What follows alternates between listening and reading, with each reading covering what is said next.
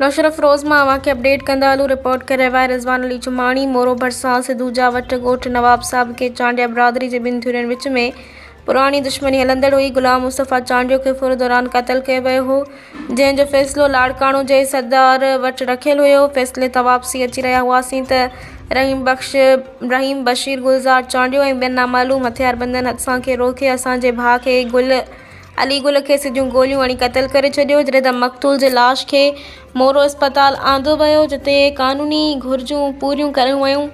उन मौक़े ते मक़तूल जे भाउ मोहम्मद मिठल चांडियो ऐं दुर मोहम्मद चांडियो ॿुधायो त अॼु लाड़काणो में फ़ैसिलो रखियलु हुयो।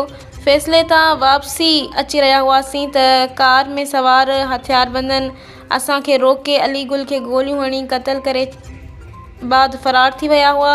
हिननि चयो त असांखे असांजे भाउ अली गुल चांडियो खे फ़ैसिले खां वापसी दौरान रोके गोलियूं हयूं वयूं आहिनि, जिन में गुलज़ार रहीम बशीर चांडियो ऐं ॿ नामालूम शामिल आहिनि। मुलविस जवाबदारनि खे क़ानून जे कटहरे में आणे सज़ा ॾिनी वञे ऐं असां सां इंसाफ़ करे तहफ़ुज़ फ़राहम कयो वञे।